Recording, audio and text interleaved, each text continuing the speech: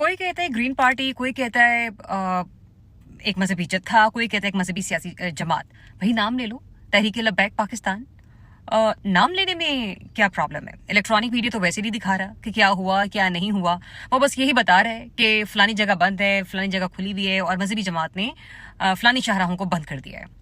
اچھا، اس جماعت کے مطالبات کیا تھے؟ پہلے دن سے ابھی تک منظر عام پر نہیں آ سکے کیونکہ کسی نے رپورٹنگ کرنے کی جرت نہیں کی.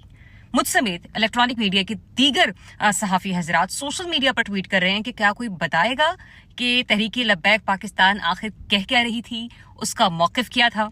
اور آج کی سچائی یہ ہے کہ وہ جماعت جس کا موقف بھی منظر عام پر نہیں آ سکا، اس کے اتنے لوگوں کی شہادتیں ہوں گی. شہادتیں میں اس لیے کہہ رہی ہوں کیونکہ ان کا خون بھی پی پازیٹیو ہے، یعنی کہ ان کا خون پاکستانی ہے، وہ پاکستان کے شہری ہیں. تو جہاں پر ہمارے پولیس بھائیوں کی شہادتیں ہوئی ہیں انہیں شہادتیں کہا جا رہا ہے، تو ان کے جنازوں کو بھی، ان کی میتوں کو بھی شہادتوں کا نام دیا جائے.